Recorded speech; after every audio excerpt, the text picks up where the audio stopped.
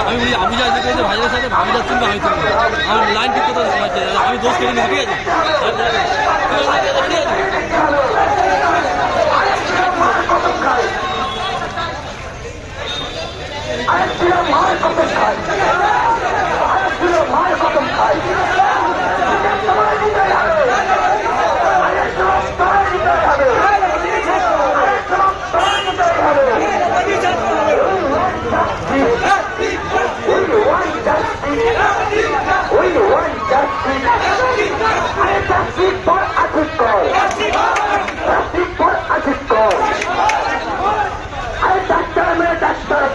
সরকার আর নয়,